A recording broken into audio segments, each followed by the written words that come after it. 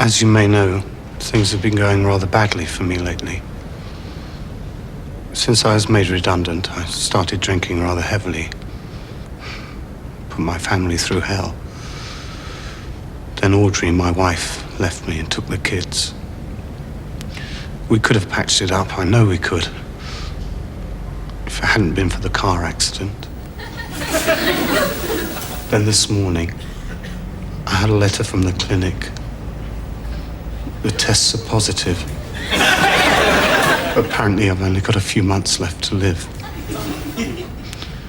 Anyway, enough about me. The bride and groom.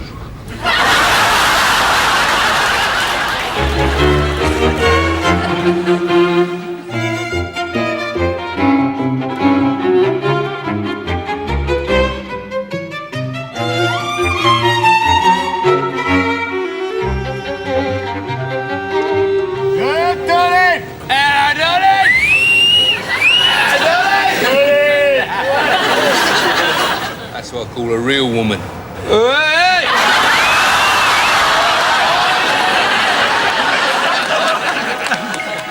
The car of tomorrow, built for today.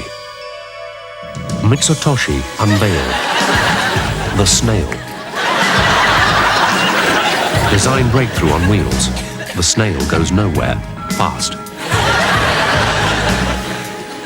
Powerless engine drives automatic rocker arm. 2-speed wipers for maximum vision.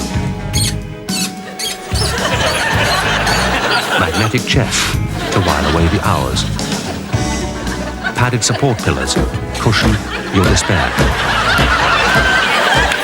All this plus a revolutionary time-filling concept in motoring technology. The Mitsutoshi Bonsai Garden. And when nature calls, the Snail has the answer.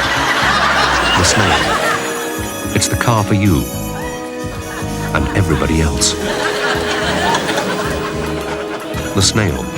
It's the crap car of the 90s. Come on. You're not to blame.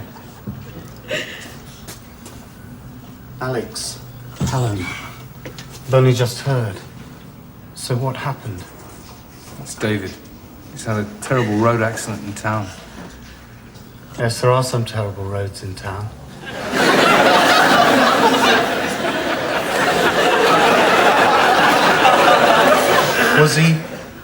Was he wearing clean underwear?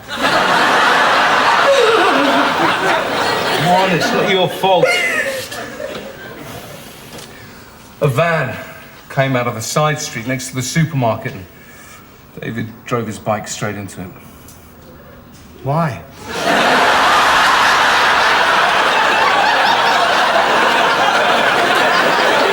Why what?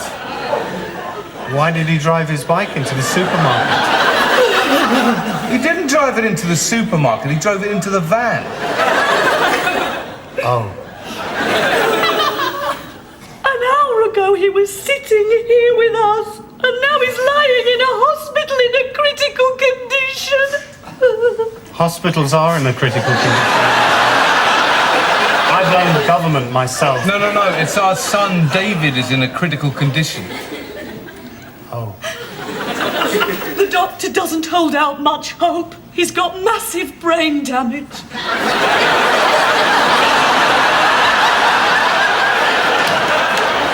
And he's still working as a doctor.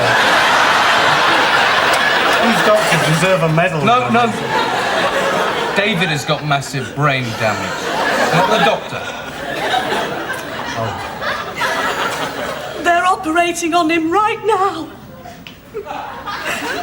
They told us to come home and make some tea, and then they'll ring us when it's finished. When will they know that you finished your tea? When they've finished the operation. Oh. The doctor said if he pulls through, he'll probably live life as a cabbage. What sort of cabbage?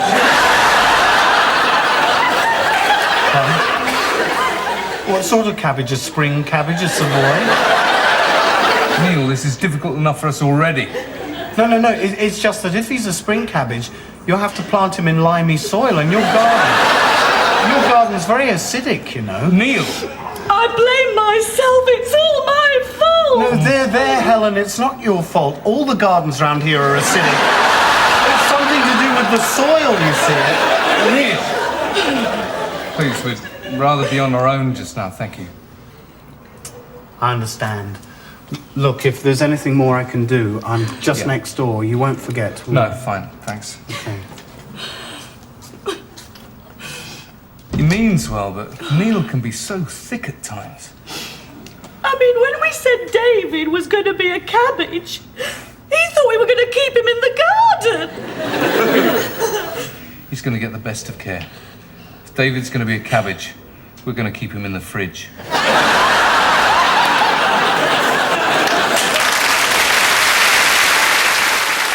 If we told you that Dan Quayle is a member of Mensa, we wouldn't be telling the whole truth.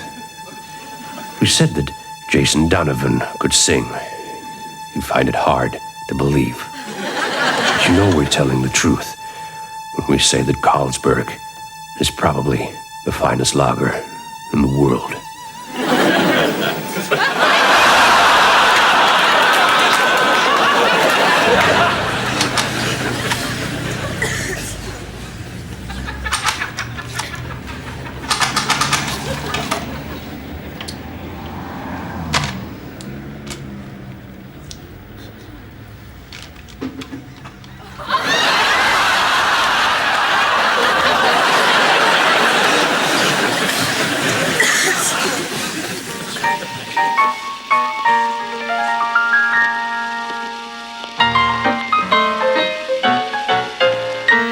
Life can be funny, life can be strange when a young chap's body is starting to change. Do you remember when you were 13?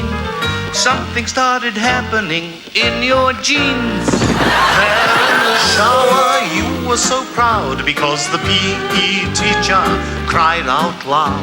You'll soon be a man, you know, 'cause you've got the curly hair on your vodiodo.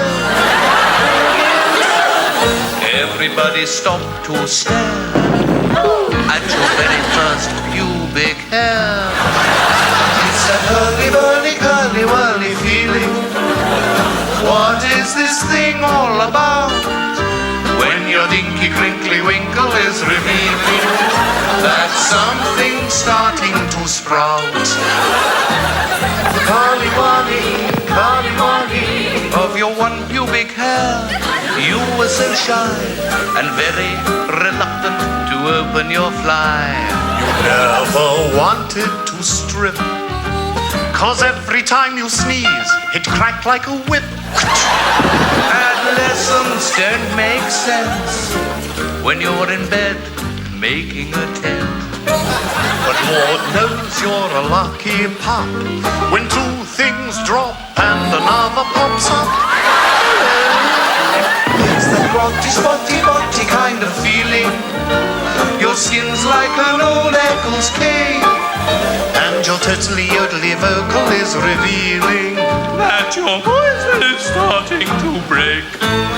What magazine under my bed, mummy? Don't worry, 'cause every man since time began has found puberty weird. Even Aristotle reached for the bottle when he found that his Willie had a beard. And everybody stopped to stare at the first Greek pubic hair. It's that curly whirly feeling. It's what puberty's all about. When your dinky crinkly winkle is revealing that something's starting to sprout. So don't worry if you're just 13, 'cause when you're old, it has to be said, you'll have curly hairs all over your body, but none on top of your head.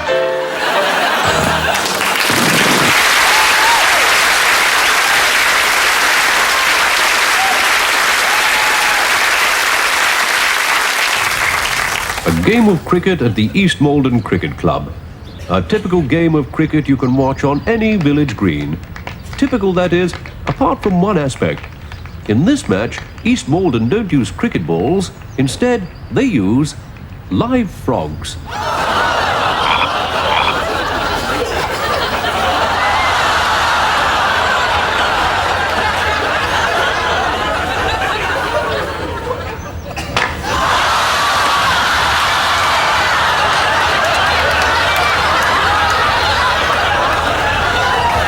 Well, we changed to frogs to liven the game up a bit. You see, a frog is ideal for spin bowling, especially leg spin. I mean, you just can't tell where it's going to go.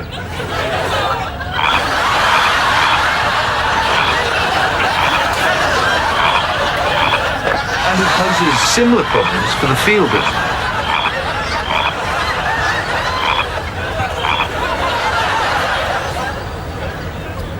And they've contributed to a great increase in the scoring.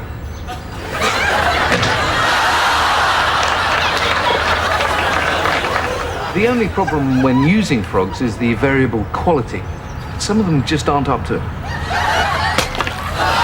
No frog!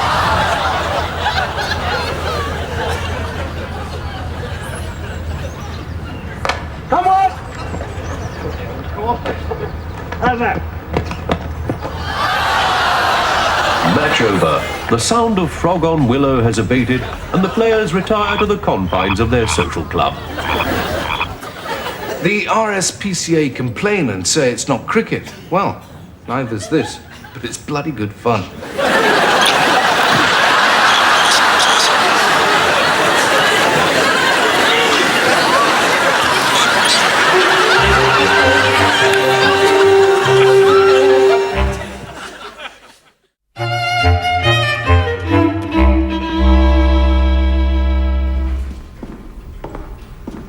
Oh, it's that bloke from accounts. What's his name? What shall I do? Just nod or say something or what? Oh dear, it's him from sales. We've never spoken, but I've seen him around. Now, do I walk past and pretend I don't know him, or should I acknowledge him somehow? I'll just say hello. But what if he ignores me? I'm going to look a right prat. I know, I'll just smile and nod. No, better not do that. He might think I'm gay. Shall I shake hands with him? Better not. I've just been to the loo and washed my hands. They're not dry. He might think I've piddled on him. I'll speak first. I'll just say, hi, how are you? Oh, I wish I were dead or drunk. It's easier to speak to strangers when you're drunk, but what the hell do you say when you're stone cold sober? I'll just make eye contact and nod, I think. Hi, how are you? Hi, how are you? Eye contact and nod. Eye contact and nod. Say it now. Say it now.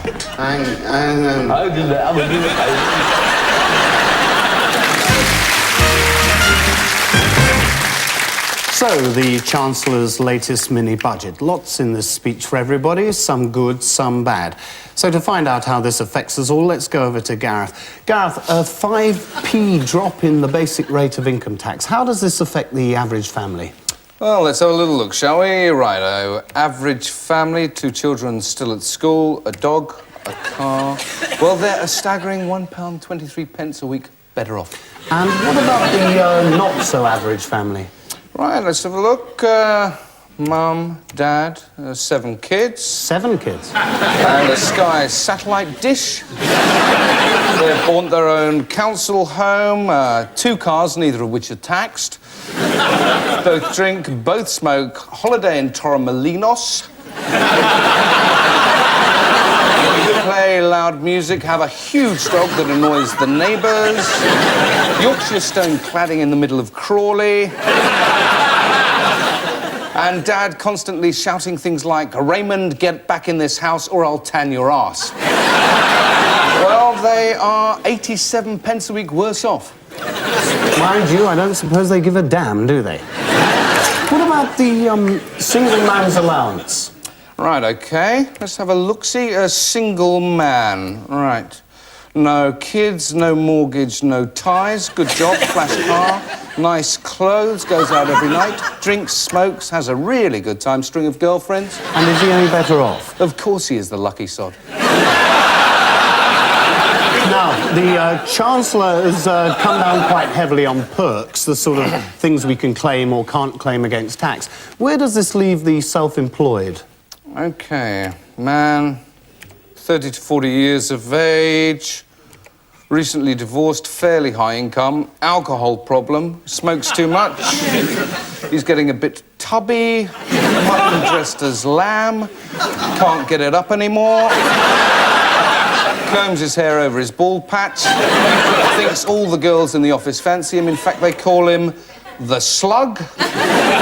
Occasionally wears women's underwear. Well, good news. Norman, you're £5 a week better off.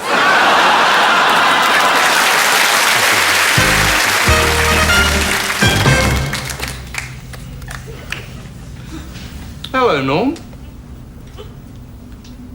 Hello, Norman.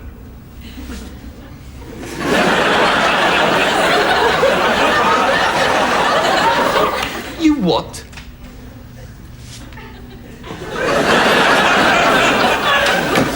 Norman, you're not still in a mood over what I said to you at rehearsals, are you? Look, it's absolutely true. Occasionally you stumble over your words as if you were dyslexic.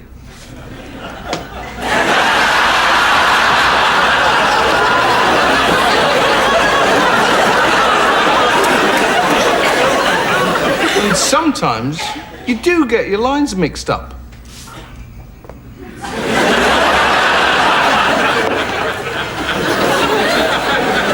By the way, has it stopped raining?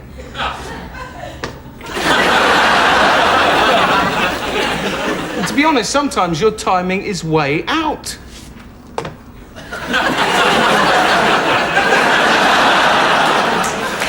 And half the time you're looking at the wrong camera.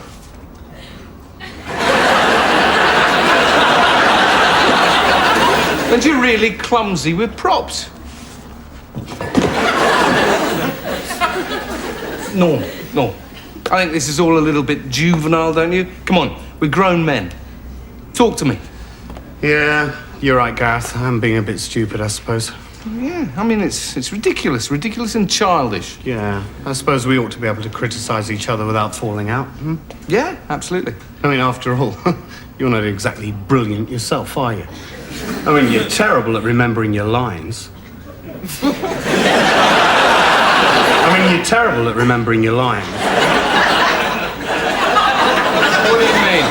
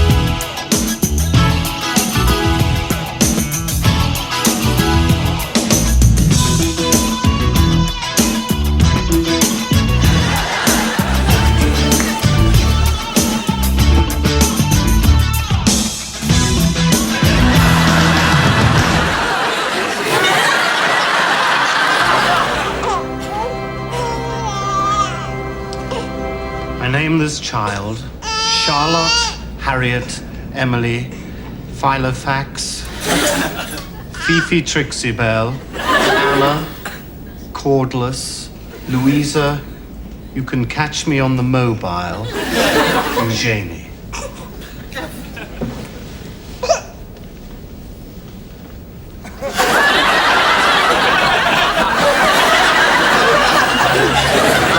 Me and Jed have just been to the Nelson Mandela concert and it cost us 50 quid for the ticket. Yeah, 50 quid a ticket.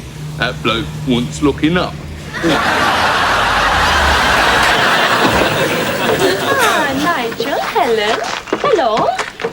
Welcome to Sweden. I hope you'll be happy during your stay with us. Thank you, Lottie.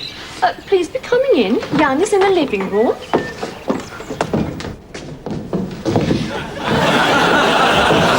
This is Jan, my husband.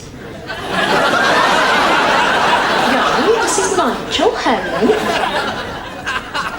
Hello, my friends. Welcome to the first leg of the exchange. That's a nice painting. At least you made it okay. The roads in Sweden can be how you say, a right bugger.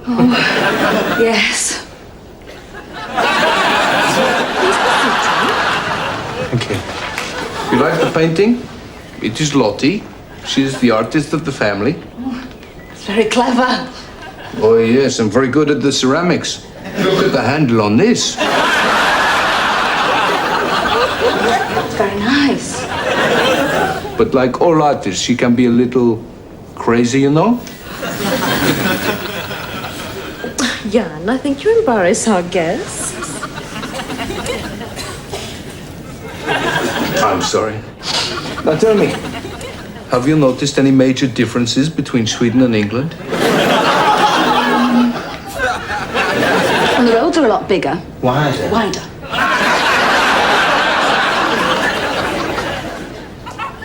That's a lovely view. Out of the window, I mean. Yes, we are very lucky here. Maybe after I show you, take you for a drive in the Volvo, have a crash. It's perfectly safe. 2 lumps up. 3 lumps, please. Jan, I think our guests would prefer to relax after their journey and take a sauna with us. A sauna? No. We haven't bought our cozies. Your wife, Nigel, she has a big sense of humor, I'm thinking. I bet also she likes to rub the wild goat's milk into her private parts, yes? Is that a birch tree? Nigel, do you and Helen ever live out each other's sexual fantasies? Personally, I like to dress in Lottie's clothing. It makes me feel so good, so sexy. How about you? Members of our local amateur dramatic society.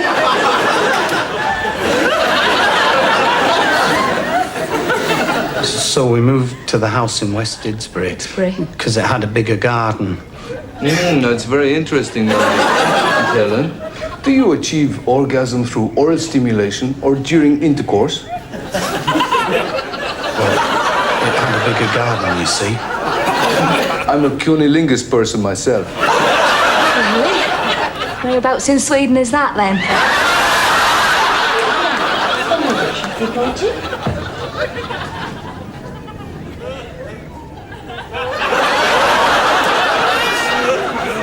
Nowadays, my erections are so strong, so powerful. Nigel, I'm thinking you have trouble maintaining yours.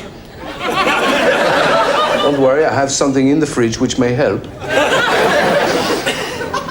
Well, I've had enough of this. So have I. Shall we go? Yes. Oh my God, it's true what they say about the Swedes. They're so boring.